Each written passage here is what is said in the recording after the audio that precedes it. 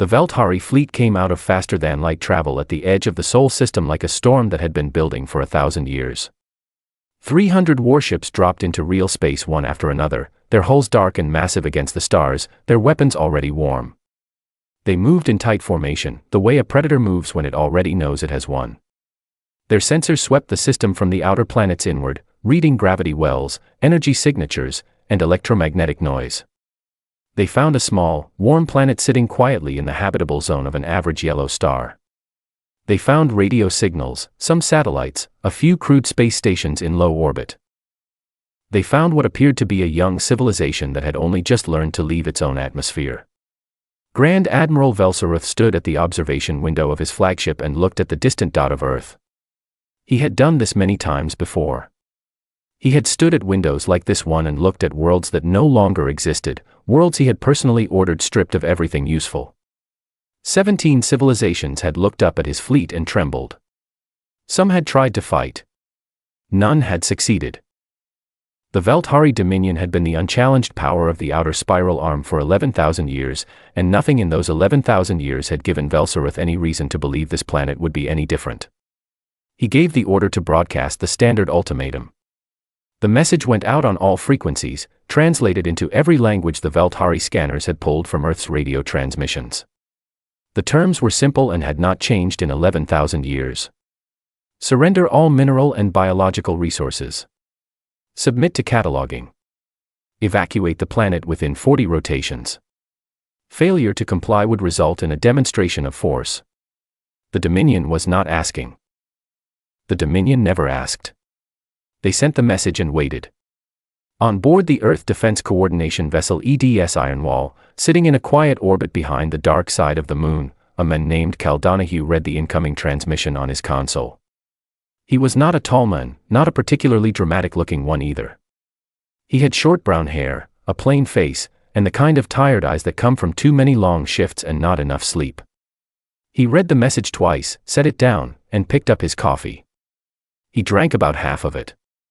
Then he leaned over to his tactical officer, a woman named Diane Harlow, who had already read the message and was watching him with a calm, steady expression.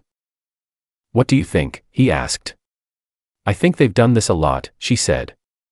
"So have we," Cal replied. He pulled up the response console, typed a short message, and hit send. The message was calm. It was polite in the way that a closed door is polite. It told the Veltari fleet, in their own language, which humanity had been studying from intercepted signals and old wreckage for over 400 years, to turn around and leave the Sol system. It said this was not a request.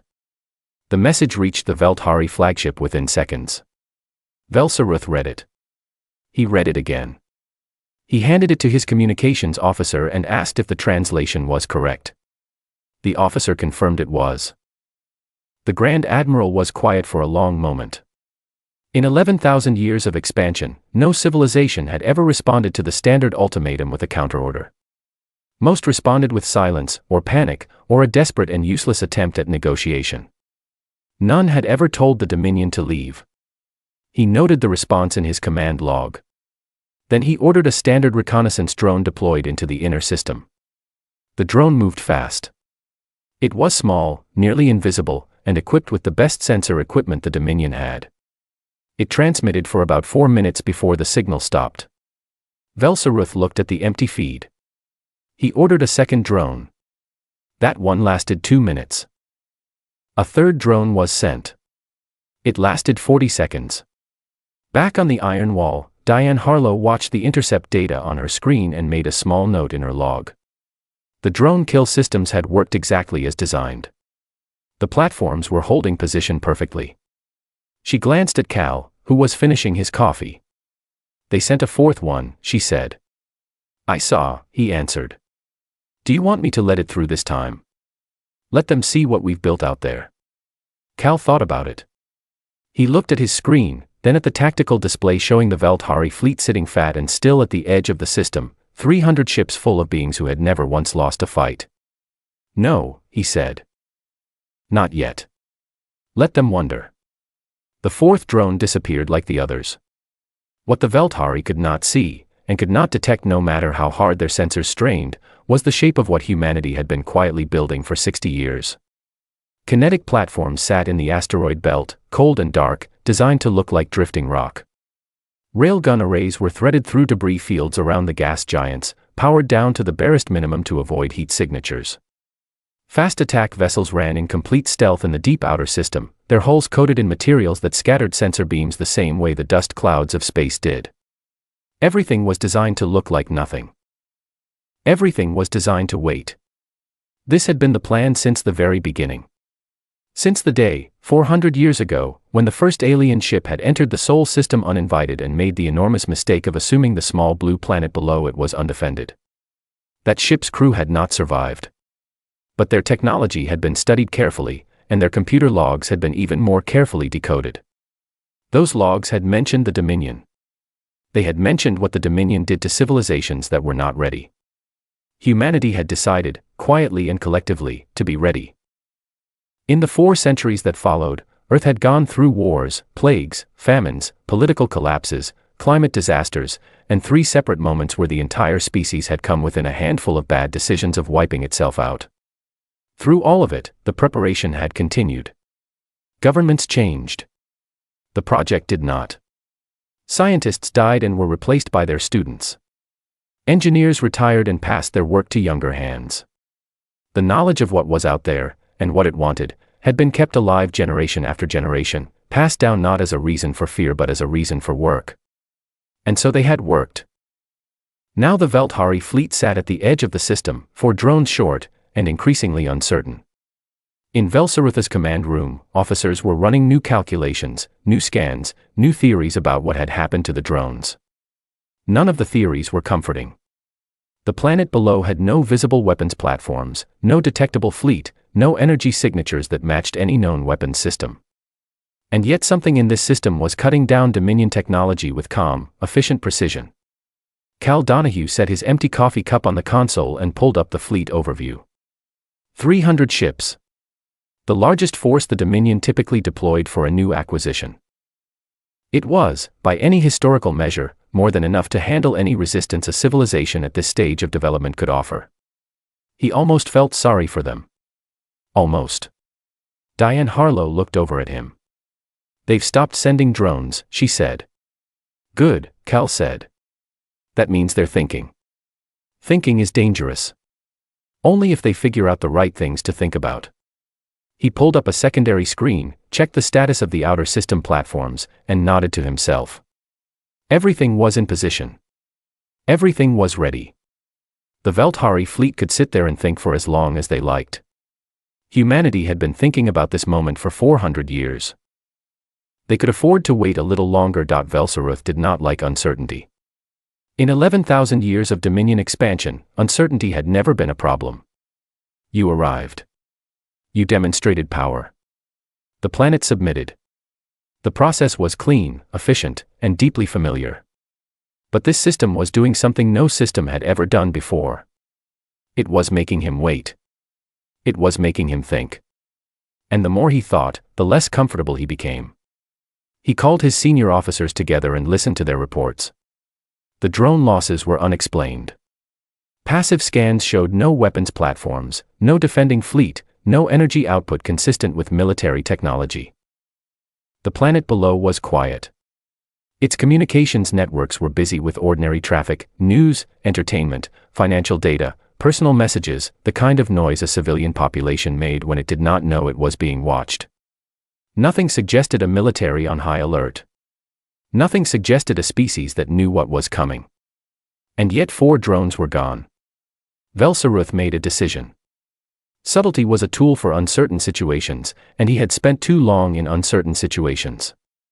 He would demonstrate force directly. Not the full fleet, that was never necessary at this stage. He selected 40 ships, a forward strike group capable of leveling a continent, and ordered them toward the inner system. Their orders were simple. Find one city. Remove it from the map. Then wait for the response. A single demonstration had always been enough in the past.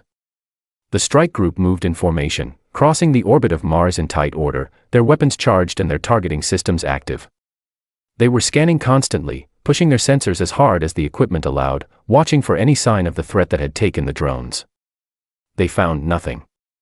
Empty space. Cold rock. Background radiation. Then 12 of the 40 ships ceased to exist. There was no warning. No incoming fire that their sensors could track. No visible projectile, no energy beam, no explosion that followed any pattern their tactical systems recognized. 12 warships were simply there, and then they were not, torn apart in the span of a single second by impacts that registered as moving so fast the sensors barely caught them at all. The remaining 28 ships broke formation immediately, weapons firing in every direction, targeting systems screaming with confused data. They hit nothing. There was nothing to hit. 6 more ships died as they broke and scattered, caught by a second wave of impacts from a completely different vector. The last 22 ships broadcast emergency signals and burned hard for the main fleet, pushing their drives to the limit. Some made it. 14 of them did not. 8 ships limped back to the Velthari fleet with their hulls torn, their crews shaken, and no useful information about what had attacked them. Velsaruth listened to the survivor reports in complete silence. 40 ships. 8 returned. No confirmed visual contact with a single human vessel. No confirmed detection of any weapon system. His strike group had been taken apart like a student's homework by something that, according to every scan his fleet had run, did not exist. He sat in his command chair for a long time after the reports ended. "They are more advanced than our scans suggest," said one of his sub-admirals. "Their technology must be." "No," Velsaruth said. His voice was quiet and flat. "Their technology is not advanced. We have seen fragments of it in their broadcasts, in the materials their satellites are made from, in the design of their space stations. It is crude in many ways. Functional, but not sophisticated." "Then how?" "They prepared," he said. "That is all. They simply prepared." The word sat in the room like something heavy. His officers looked at each other and said nothing. In a low building in rural Montana, sitting before a wide holographic display that showed the entire inner solar system in real time, a woman named Grace Tillman was watching the last of the Velthari strike group limp back to their fleet. She had a cup of cold tea at her elbow and dark circles under her eyes that spoke of a week with very little sleep. She was the director of Project Shepherd, the network that coordinated every hidden platform, every stealth vessel, and every defensive system humanity had spent 6 decades quietly building across the solar system. Beside her sat a man named Lou Ferrant.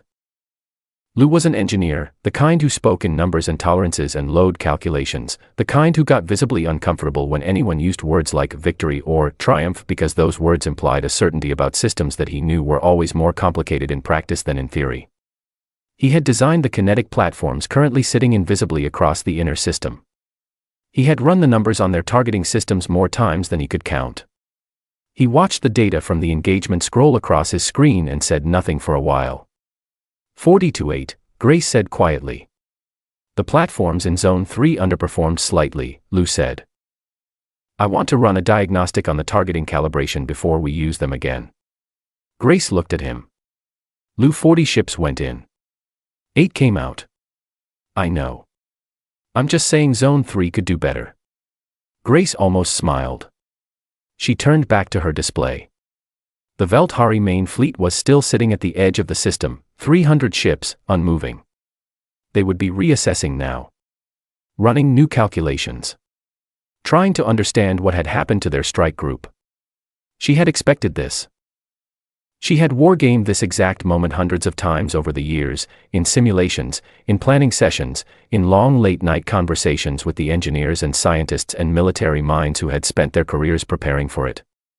What she had not fully predicted, though she had suspected it, was how calm she would feel. She pulled up a channel to the EDS iron wall and opened a line to Cal Donahue. His face appeared on her screen. He looked tired, the same tired he always looked, the kind that had become his natural resting expression after years of this work. "They pulled back," she said. "I noticed," he replied. "They're going to try something different next time." "Probably," Cal agreed. "What's your read?" Grace leaned back in her chair. "They'll try to locate the platforms before they move again. They'll run more scans, maybe deploy different sensor equipment. They might try a wider approach, come at us from multiple angles at once. Will they find anything? Not unless Lou's Zone 3 platforms start broadcasting their location. Lou, still looking at his diagnostic data, did not react. We should be ready for a larger push, Grace said. If they commit more ships to the next strike, we need to decide how we respond. Do we take the same approach, destroy, no contact, let them stay confused, or do we show them something this time?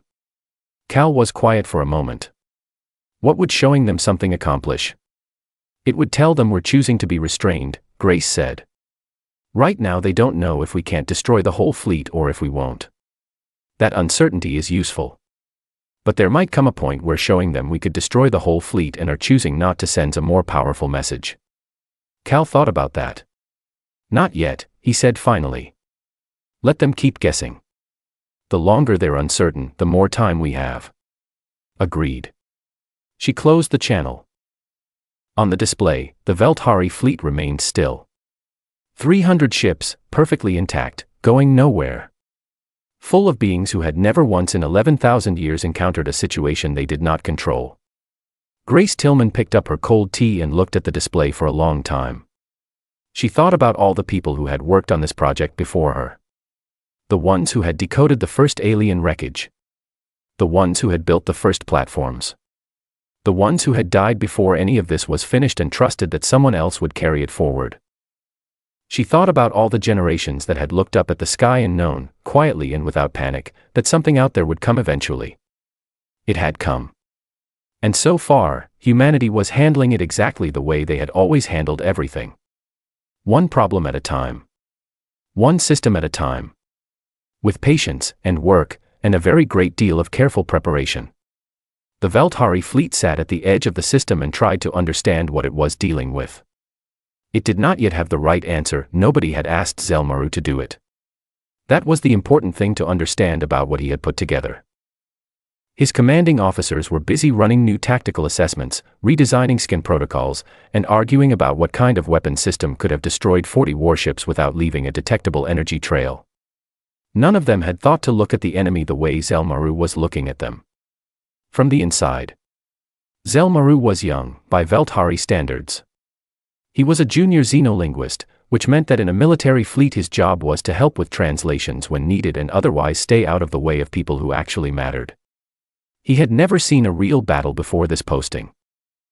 He had studied alien languages and communication structures in an academy on the Dominion's home world, and he had been assigned to this fleet the way a new tool gets packed into a kit, not because anyone had a specific plan for it, but because it might be useful at some point. He had been given access to Earth's open communication networks as part of his translation work. Those networks were vast. They carried everything: news, history, entertainment, science, argument, art, personal conversations, political debates, recordings of events going back centuries. The humans had been broadcasting freely into space for well over 100 years, and the Veltari fleet had been collecting those signals since long before this mission departed. The raw data filled enormous storage banks. Nobody had gone through most of it. Zelmaru started going through it. He started with history, because history told you what a species was made of. He found a great deal of it. The humans documented their past obsessively, not just the grand events, but the small ones too, the personal records, the journals, the letters, the photographs, the accounts from ordinary people describing what it had been like to live through the things their history books summarized in a few sentences. What he found there was not what he expected. He had expected to find a record of a species slowly advancing from primitive to civilized, the way most species did, wars becoming less frequent, violence declining, stability increasing as technology improved. That was the standard pattern. That was what the Dominion's historical records showed for most of the civilizations they had encountered.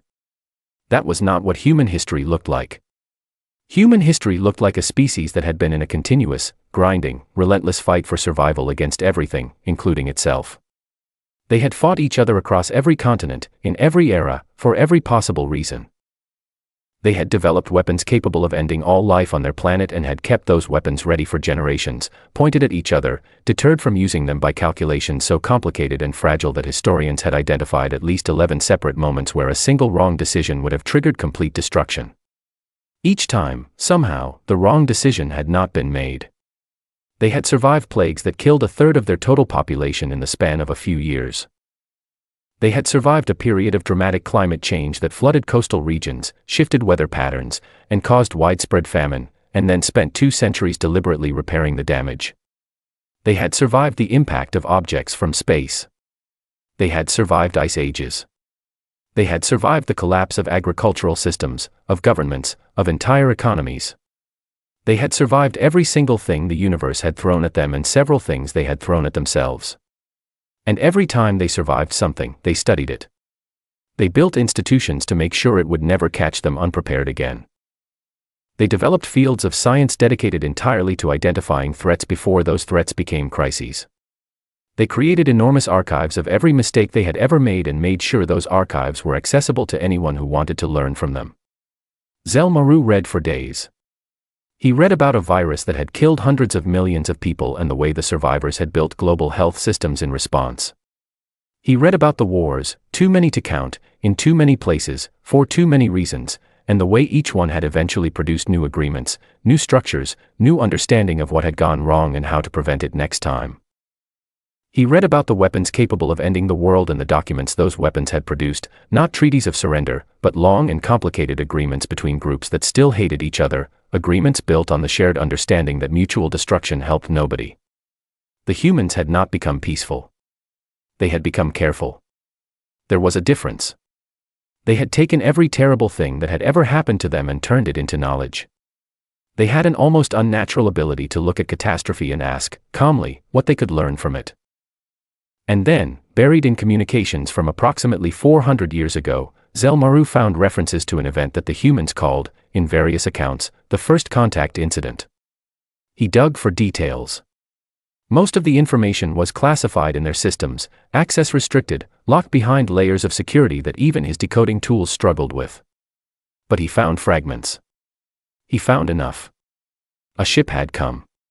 Not human. It had entered the Sol system without warning or invitation, and it had not survived the encounter.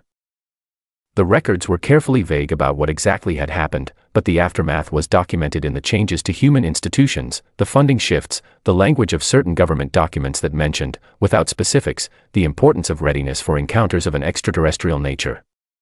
They had known something was out there for 400 years. They had been preparing since before anyone currently alive was born. Zell Maru put his research together in a document.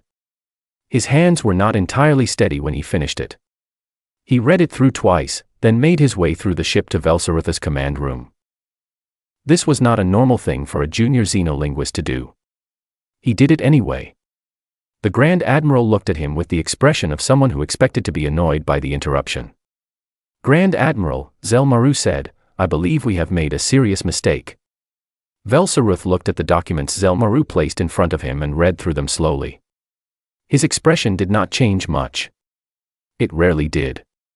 But something in the set of his shoulder shifted slightly as he read, a small change that Zell Maru noticed because he was watching carefully. "You believe this is accurate?" Velsaruth asked. "I believe this is incomplete," Zell Maru said carefully. "I have only been able to access a fraction of their records. But the pattern is consistent across everything I have found. This species does not respond to threat the way other species do. They do not become paralyzed by it. They become organized." Velsaruth set the documents down. "How many of them are there?" "Approximately 10 billion on the home planet. And they have 17 colony installations on other worlds and in space. I have not been able to locate all of them." That detail landed in the quiet of the command room like a stone dropped into still water. 17 colonies, unlocated. 17 positions in space that the Dominion's scanners had not found. Velsaruth was quiet for a long time. "They have been watching us since we arrived," Zell Maru said. "Every drone we deployed. Every scan we ran. Every movement our fleet has made. I believe they have complete information about our position and our capabilities. I believe the destruction of the strike group was not a desperate act of defense. It was a demonstration. They were showing us a fraction of what they have, not all of it." He paused. "Grand Admiral, I do not think we wandered into the territory of a species that did not know we were coming. I think we wandered into a trap that has been building for 400 years.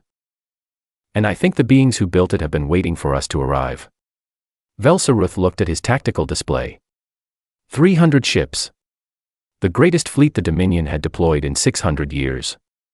Surrounding a small blue planet that had, in the last 48 hours, destroyed 40 of those ships without a single one of his officers being able to explain how. For the first time in a very long career, Velsaruth had no immediate answer. Outside the flagship's hull, the stars were still. The Sol system waited, patient and quiet, the way it had always waited, full of cold dark space and hidden things and a species that had spent 10,000 years learning how to survive everything. It had learned very well. Grace Tillman gave the order at 3 a.m, Mountain Time, on a Tuesday. There was nothing particularly dramatic about the moment. She was sitting at her usual station in the operations center, drinking water because the tea had run out 3 hours ago, and she had just finished reviewing the final readiness reports from the 12 fast attack vessels that had been running dark in the outer system for the past 9 days. They were ready. Their crews were ready. The platforms across the inner system were ready. Every piece of the plan that could be checked had been checked. She picked up the secure comm, opened a channel to all 12 vessel commanders, and said, "Execute Phase 2. Confirm on drop."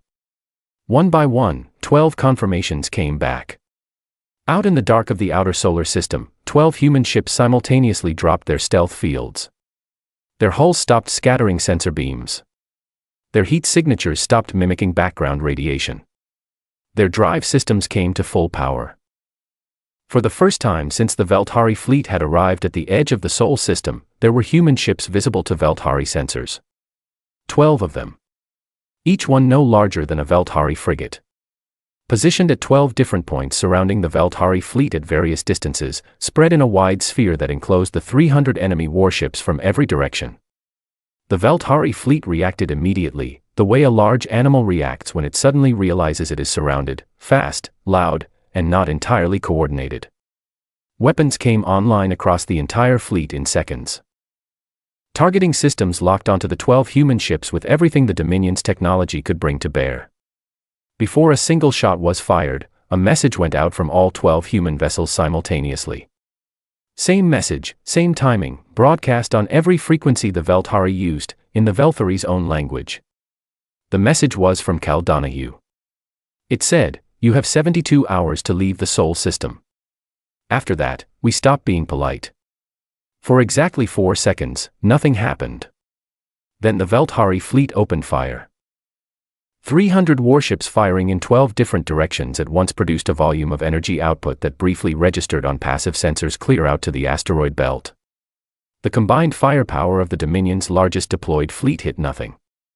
The 12 human ships were already moving, burning hard in directions and patterns that the Veltari targeting systems tracked, adjusted for, predicted, and then lost again, over and over, in a cycle that became more frustrating with each passing second. The evasion patterns had been designed by a team of mathematicians at the University of Chicago over a period of 11 years. They had been given one specific task, given everything known about Veltari targeting systems, derived from 4 centuries of captured data and reverse-engineered technology, build a movement model that those systems would consistently fail to predict. The mathematicians had gone through 14 major revisions of the model. The version currently running on the human ships was the 15th. It worked. The Veltari fleet fired for 6 straight minutes and hit nothing. Then the human ships stopped evading and went to work. What they did next was not, in the conventional sense, a battle. It did not look like a battle. It did not feel like one to the Veltari officers trying to process what was happening to their fleet. The 12 human vessels moved through the formation of 300 warships with a kind of calm, deliberate purpose that was more unsettling than any aggressive charge would have been. They targeted propulsion systems. They targeted communications arrays. They targeted sensor equipment. They did not fire randomly and they did not fire to destroy. Every shot was placed with precision at components whose loss would reduce what the fleet could do, its ability to move, to communicate, to see. Within 2 hours, a third of the Veltari fleet's communication links had been cut. Ships that had been operating as a coordinated unit were beginning to operate as confused individuals, unable to receive updated orders, unable to confirm the positions of their own allies. Within 4 hours, the fleet's sensor coverage had dropped to a fraction of its original capability. Large sections of space around them had gone dark from their perspective. They were firing into areas they could no longer see clearly, responding to position data that was already out of date by the time it reached the ships acting on it. Within 6 hours, the Veltari fleet, still 300 ships, still technically intact, still carrying enough firepower to end a civilization, was functionally blind, deaf, and deeply confused. Then the kinetic platforms fired. Grace watched the strike data roll across her display in real time.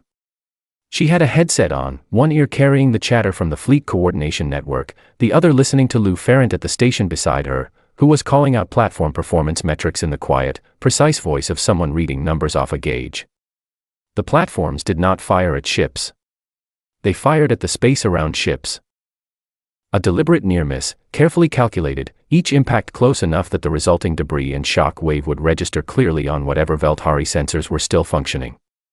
Close enough to destroy, if the next shot moved a few degrees. Far enough away to be, unmistakably, a choice. The message it sent was simple: this is what we can do. This is us choosing not to do it yet. Velsaruth, sitting in his command chair in a flagship that could no longer communicate clearly with more than a third of its own fleet, understood the message perfectly. He ordered a full stop. It was not a tactical stop, the kind an admiral orders when repositioning for a better angle. It was the other kind. The kind that means, we are no longer making moves. He sat very still and looked at a tactical display that was giving him incomplete and unreliable data, and he tried to think clearly through the specific and novel experience of being completely outmaneuvered by a species he had expected to harvest in 40 rotations. He opened a channel to every Veltari ship still capable of receiving communications and transmitted a single order: hold position. Do not fire. Hold position. In the Montana Operations Center, Grace Tillman pulled off her headset and set it on the console. She pressed her palms flat on the desk, took a slow breath, and let it out. All 12 vessels reporting no damage, said the technician at the coordination board. Platforms are standing by. Veltari fleet has stopped all movement. No weapons fire in the last 11 minutes. Grace nodded. She looked at the holographic display. 300 Veltari ships, sitting still, surrounded at a distance by 12 human ones. From above, the formation looked almost peaceful. It looked like a standoff. It was not a standoff. Standoffs were situations where both sides had equivalent leverage. This was something else. She opened a line to Cal Donahue. His face appeared on her screen. He looked exactly as tired as he always did, no more and no less. He had the slightly unfocused expression of someone who had been managing adrenaline for several hours and was now letting it drain out. Fleet is stopped, she said. I saw, he replied. They're going to want to talk. I know. Are we ready for that conversation? Cal thought about it for a moment, turning something over in his mind the way he always did before he answered a question he considered important. We've been ready for that conversation for 400 years, he said. The question is whether they're ready to have it honestly. And if they're not, then we have a second conversation, he said. A shorter one. Grace ended the call and turned back to her display. Outside the walls of the operations center, in the world above ground, it was 3:47 in the morning and the Montana sky was full of stars. Most people on Earth were asleep. Most of them did not know precisely what had been happening in the outer solar system over the past hours, though they knew something was happening. The news had been reporting on unusual military activity for days, careful reports that acknowledged the situation without revealing operational details. They would know soon. For now, Grace Tillman sat in her quiet room and watched 300 alien warships hold position in her solar system, stopped not by greater firepower but by the slow, patient, unstoppable logic of 4 centuries of careful work. Outside the flagship, in the dark, the 12 human ships held their own positions without moving. They could wait as long as necessary. They were very good at waiting. The negotiation lasted 9 days. It was conducted in a neutral space, a small, stripped-down shuttle bay on the EDS iron wall, cleared of equipment and set with a plain table and chairs on the human side, and a standing platform with a low rail on the Veltari side, because the Veltari did not sit in the way humans did. The air mix had been adjusted to something both species could breathe without discomfort. The lighting had been set to a level that did not give either side a headache. These were small things, practical things, and they had been planned for years in advance by a quiet department inside Project Shepherd that had spent decades thinking about exactly this kind of meeting. On the human side of the table sat 3 people. Grace Tillman was there because she had run Project Shepherd for 16 years and understood the full scope of humanity's position better than almost anyone alive. Cal Donahue was there as military advisor, present not to speak much but to be seen, a man who had been the voice of calm authority throughout the entire engagement, whose presence sent a clear and wordless signal about the kind of organization humanity was. And at the center of the table, in the chair directly across from Grand Admiral Velsaruth, sat a woman named Ruth Calder. Ruth was 63 years old, with close-cropped gray hair, reading glasses that she pushed up her nose habitually when she was thinking, and a voice that was pleasant and unhurried and carried the particular quality of someone who had been in difficult rooms before and had never once been rushed out of any of them. She had spent 30 years as a diplomat, negotiating agreements between parties who did not trust each other, and she had learned in that time that the most important thing in any negotiation was not to want it too much. If the other side could see how badly you needed the deal, they had leverage. Ruth had trained herself to need nothing, visibly. She could sit across from anyone, furious trade ministers, desperate heads of state, now a Veltari Grand Admiral who had overseen the extinction of 3 sapient species, and look as though she had nowhere else to be and no particular preference about how the conversation went. It drove people slightly crazy. That was often useful. Velsaruth arrived at the first session with 2 advisors and Zelmaru, whom he had started bringing to every command meeting since the young linguist had presented his research. He had not told Zelmaru why he kept including him. He did not entirely understand it himself, except that the junior officer seemed to see things that his more experienced advisors missed, and in the current situation, that quality had become more valuable than seniority. The first day was procedural. Ground rules. Communication protocols. The framework for how disagreements within the negotiation would be handled. Ruth moved through it all at a pace that allowed no rushing and no stalling, a rhythm she established in the first hour and maintained throughout. Velsaruth spent much of the first day watching her. He was trying to find the angle, the need, the weakness, the thing she was protecting or the thing she was reaching for. He was very good at reading negotiators. He had dealt with them before, in the handful of cases where a civilization had tried to bargain rather than submit immediately. They always had something visible that they were afraid of losing. It was usually the first place he applied pressure. He could not find Ruth's thing. On the second day, he asked her directly, "What does humanity want from this negotiation?" Ruth looked at him over her glasses. "I'd rather not compress it into a single sentence," she said, "because single sentences tend to leave out important context. But the short version is, we want the shooting to stop, we want the Dominion to stop expanding into this arm of the galaxy, and we want to talk about the status of the civilizations you currently control." Velsaruth waited for the rest of it. "And," he said. "And that's it," Ruth said.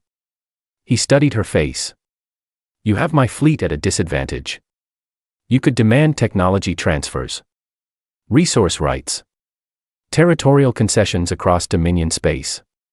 You could demand considerably more than what you have described." "We could," Ruth agreed. "Why don't you?" Ruth set her pen down and thought for a moment, not because she did not have an answer, but because she wanted to give him an accurate one rather than a diplomatic one. "Because we don't need what you have," she said. "We need the shooting to stop. We need the civilizations your Dominion has been consuming to have a chance to recover and exist on their own terms. That is the goal. Not your ships, not your territory, not access to your technology. We are not interested in building an empire. We are interested in building a stable situation." Velsaruth looked at her for a long time. "Every species says that," he said. "Every species that has ever stood across from the Dominion in any kind of formal exchange has said some version of that. We want only peace. We want only stability." "And what did those species do afterward?" Ruth asked. He did not answer that. "We're not like the species you've met before," Ruth said, not unkindly. "Not because we're morally superior, I would not make that argument, given the history I'd have to defend to support it. But because we're not frightened of you. The civilizations you've encountered before were in your shadow. They were negotiating from a position of terror, and terror makes people say whatever they think will keep them alive in the moment. We are not saying these things because we are afraid. We are saying them because they are what we actually want. That changes what the words mean." Zelmaru, in his corner, was writing. He wrote, "They are not performing confidence. They simply have it. The days that followed were detailed and sometimes difficult. There were sessions where Velsaruth's advisors pushed back on specific terms, and Ruth pushed back on the pushback, and Grace occasionally entered the conversation with a piece of information or a data point that redirected the discussion in a way that was clearly deliberate, though always framed as helpful clarification. Cal Donahue spoke rarely. When he did speak, both sides of the table listened. He had a quality that was hard to describe, not authority exactly, but a kind of settled weight, the presence of someone who had made all the decisions he needed to make before entering the room and had nothing left to be uncertain about. On the 6th day, the question of the 17 civilizations under Dominion control became the central point of argument. Velsaruth's advisors argued that the internal arrangements of the Dominion were not a matter for outside negotiation.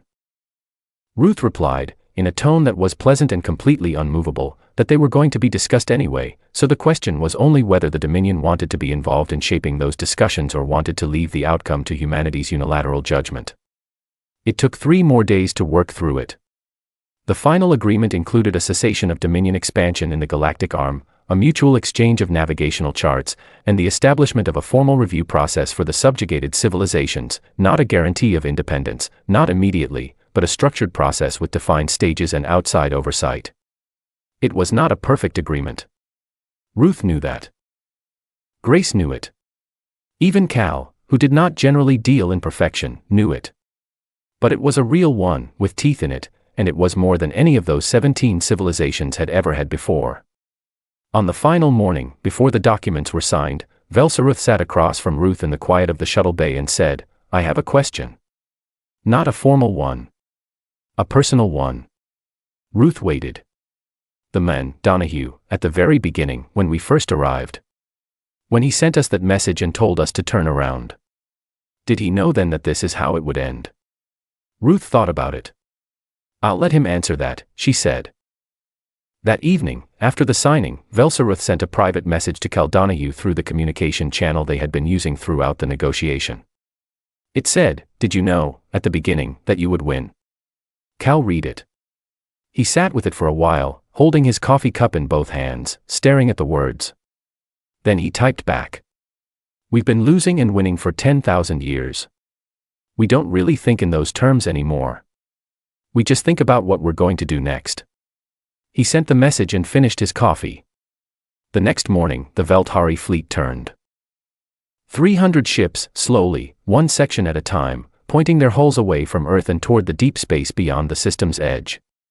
Their drives came up gradually, a long, slow acceleration that would carry them back the way they had come. It took hours for the full fleet to get underway. Grace watched it happen on her display from Montana. Lou Ferrant sat beside her, running a last check on the platform systems, making notes about what needed maintenance now that the immediate emergency was over. "Zone 3 platforms still need the calibration," he said. "I know, Lou," Grace said. She watched the Veltari fleet grow smaller on the display, growing dimmer as the distance increased, 300 lights moving slowly toward the dark.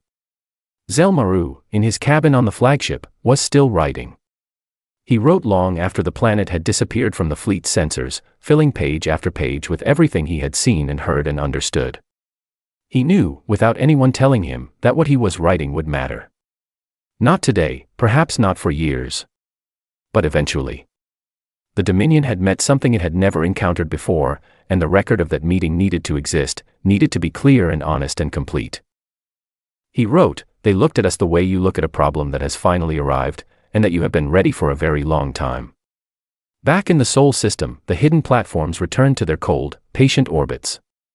The 12 fast attack vessels went dark again, disappearing back into the empty space between the planets as though they had never been there. The stars were quiet. Humanity turned back to its work.